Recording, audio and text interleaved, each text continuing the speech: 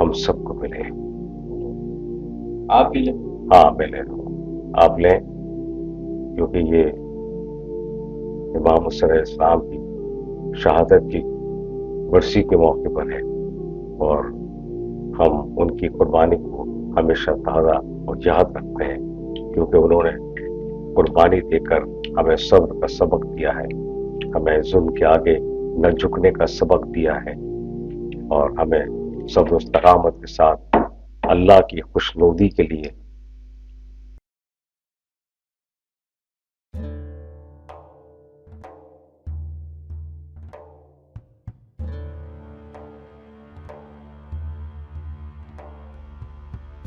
ہم نے کل نیاز دلوائی, فاتح خانی کروائی امام حسین علیہ السلام کی شہادت کے سلسلے کی, اور ان کی شہادت ہمارے لیے ایک سبق کا درجہ رکھتی ہے. اپنے پیارے نانا حضور صلی اللہ علیہ وآلہ وسلم کے چہیتے نواسے تھے, اور چاہتے تو کیا نہیں کر سکتے تھے, لیکن حق کے لیے اپنی جان قربان کر گئے. 72 لوگوں کے ساتھ, ان میں ان کے گھر والے بھی تھے, بچے بھی تھے, سب لوگ تھے, اور شہادت کا درجہ حاصل کیا. چاہتے تو کیا کچھ نہیں کر سکتے تھے, پل میں ساری خلقت بدل سکتے تھے, پلٹ سکتے تھے, دشمن کو چند لمحوں میں نیست و نابود کر سکتے تھے, لیکن اللہ تعالیٰ کو ہمیں ایک سبق دکھانا تھا, اور وہ سبق آل رسول نے ہمیں دکھایا اللہ تعالیٰ کی طرف سے, اور احساس دلایا کہ کوئی چھوٹا یا بڑا نہیں ہے, کیونکہ آپ صلی اللہ علیہ وآلہ وسلم کے نواسے امام حسین علیہ السلام کے ساتھ جو لوگ اس جنگ میں شامل تھے, اس معرکے میں شامل تھے, ان میں رشتے دار بھی تھے, نوکر بھی تھے, اپنی اولادیں بھی تھیں, سب تھے, لیکن کسی میں بھی آپ نے فرق محسوس نہیں کیا. اور یہ ہمارے پیارے نبی کی تعلیمات میں سے ہے کہ ہم اپنے گھر میں جو بھی فرد رہتا ہے, چاہے وہ بیوی ہو, بھائی ہو, رشتے دار ہو یا نوکر ہو, ان میں فرق نہیں ہونا چاہیے, کیونکہ تو ماشاءاللہ بیویاں ہوں اور یہ ماشاءاللہ نوکرانی ہے. لیکن نوکرانی ٹھیک ہے, اس کا اپنا کام ہے, اس کی ذمہ جو کام دیا گیا ہے اس کو کرنا ہے, لیکن ہم اس کو نوکرانی نہیں سمجھ سکتے, کیونکہ یہ اللہ تعالیٰ اور اس کے رسول کی تعلیمات میں سے ہے کہ انسان برابر ہے, برابر کے حقوق رکھتا ہے, چھوٹا یا بڑا نہیں ہوتا, اور نوکرانی کو نوکرانی نہیں, یا نوکر کو نوکر نہیں بلکہ اپنے گھر کا ایک فرد سمجھے, تو وہ ماحول کے حساب سے, محبت کے حساب سے بہت خوبصورت ہو جاتا ہے وہ گھر, وہ خاندان, کیونکہ اللہ کی خوشی ہے. سب کو اللہ نے ہی پیدا کیا ہے, بس کام الگ الگ سونپ دیے ہیں. کوئی نوکر بن گیا ہے, کوئی بیوی بن گئی ہے, کوئی شوہر بن گیا ہے, کوئی فقیر بن گیا ہے, کوئی بادشاہ بن گیا ہے, لیکن اللہ تعالیٰ نے ہی بنایا ہے سب کو. اللہ تعالیٰ کے نزدیک سب برابر ہیں, کیونکہ اللہ تعالیٰ نے کسی کو چھوٹا بڑا نہیں رکھا. صرف دنیاوی ماحول کو چلانے کے لیے ایک کردار دے دیے ہیں, اس کردار کو سب نبھا رہے, لیکن نبھانے کا مقصد یہ بالکل نہیں ہے کہ اگر وہ نوکر ہے تو اس کو ہم کمتر سمجھیں, نہیں, بالکل نہیں. اس کو ہم اپنے برابر کا درجہ دیں. ٹھیک ہے, کام کر رہا ہے, کام کرے, اور لیکن نوکر کو کم درجہ نہیں دے سکتے, کیونکہ اللہ تعالیٰ اس سے ناراض ہوتا ہے. اللہ تعالیٰ کی یہ آزمائش ہوتی ہے کہ میں نے جو لوگوں کو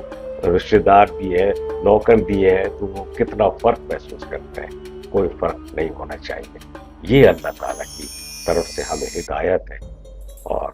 بہت سے لوگ ہوتے ہیں کہ جو نوکر کو نوکر کی طرح سمجھتے ہیں اور اس کو تذلیل کرتے ہیں, ذلت دیتے ہیں اس کو.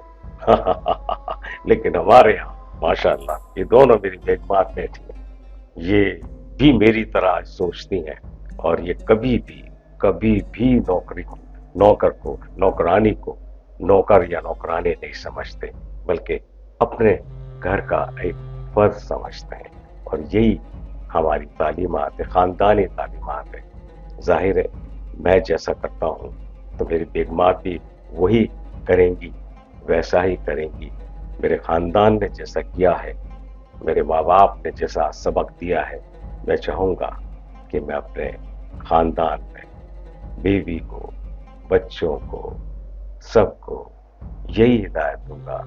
کہ ہمارے کردار بے شک مختلف ہیں، لیکن ہم اللہ کے نزدیک برابر ہیں،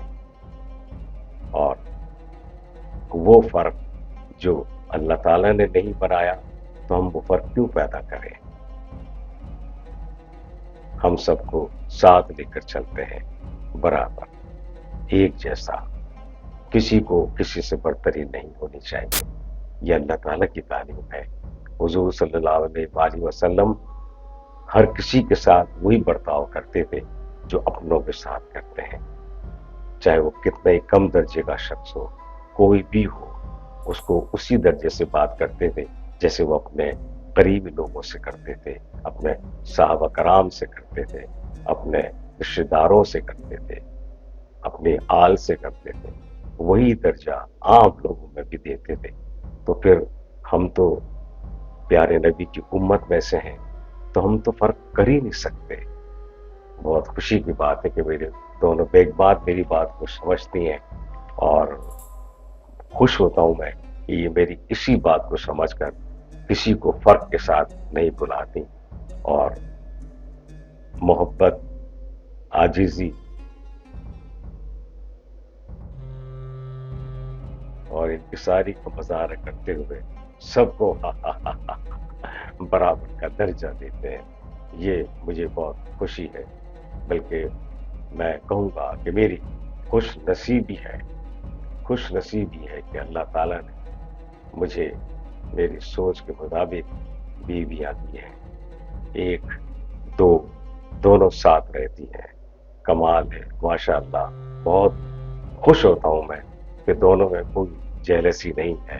کوئی نفرت نہیں ہے، ہم ایک دوسرے کے حق کو سمجھتے ہیں، اور دونوں اسی طرح سے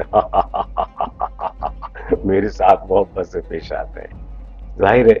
کہ میں جو تعلیم دوں گا اپنے گھر والوں کو، میری بیوی بچوں کو، تو وہ تعلیم ایکسیپٹ کرتی ہیں اور سمجھتی ہیں،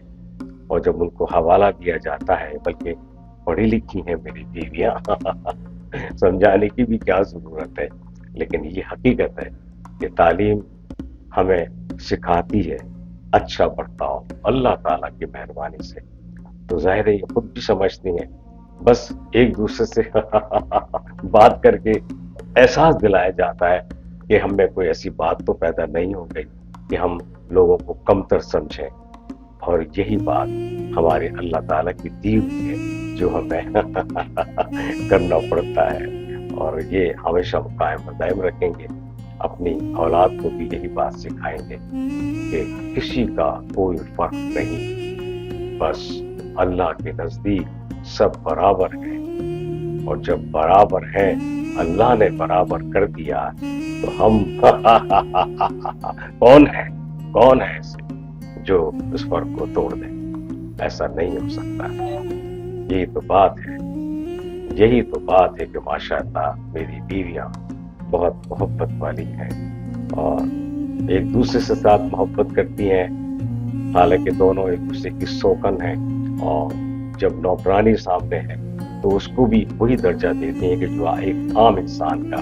یا بہن کا دیتے ہیں۔ میں تم دونوں پر واقعی بہت فخر کرتا ہوں تم میری پہلی بیوی ہو، تم نے وہ سب سیکھا ہے مجھ سے جو میں کرتا ہوں، چاہتا ہوں، اور سیکنڈ تم نے بھی مجھے صحیح کیچ کیا ہے، میری باتوں کو صحیح سمجھتی ہو، اور جب تم دونوں سمجھتی ہو تو ظاہر ہے کہ میرے گھر میں ایسا کوئی اونچ نیچ والا برتاؤ نہیں ہوتا۔ یہ اس کی بھی تعریف ہے، کبھی بھی انہوں نے شکایت کا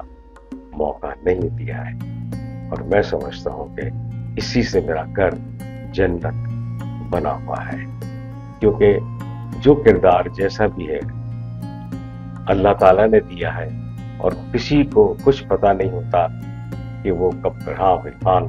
اب بتاؤ کہ کیا پروگرام ہے، کیا ہے؟ پروگرام سیٹ ہے سر، آپ بے فکر رہیں، کوئی پریشانی کی بات تو نہیں ہے؟ کوئی پریشانی؟ ہاں بس یہ تو بالکل سر، ہاں ٹھیک ہے، جو میں نے کام سونپا نا وہ کام ذرا صحیح کر دینا تاکہ لوگوں کو پریشانی نہ ہو اور ان کے پاس ان کی اجرت، ان کی محنت صحیح ٹائم پر پہنچ جائے، سمجھے؟ ہاں یہ میرا خان جو ہے نا، یہ خان بھی اللہ نے انعام دیا ہے مجھے سمجھتا ہے، جس طرح میری بیویاں سمجھتی ہیں مجھ کو، اس طرح یہ خان بھی مجھے سمجھتا ہے، اور ہم نے ایک دوسرے میں کبھی فرق محسوس نہیں کیا، میرے چھوٹے بھائیوں کی طرح ہے کوئی بھی ہو، صرف اس کا کام الگ ہے، میرا کام الگ ہے، لیکن اللہ تعالیٰ نے ایز اے انسان ہمیں برابر بنایا ہے، اور یہی ہمارے لیے بہتری ہے، اور یہی ہمارے لیے اللہ تعالیٰ کی نوازش ہے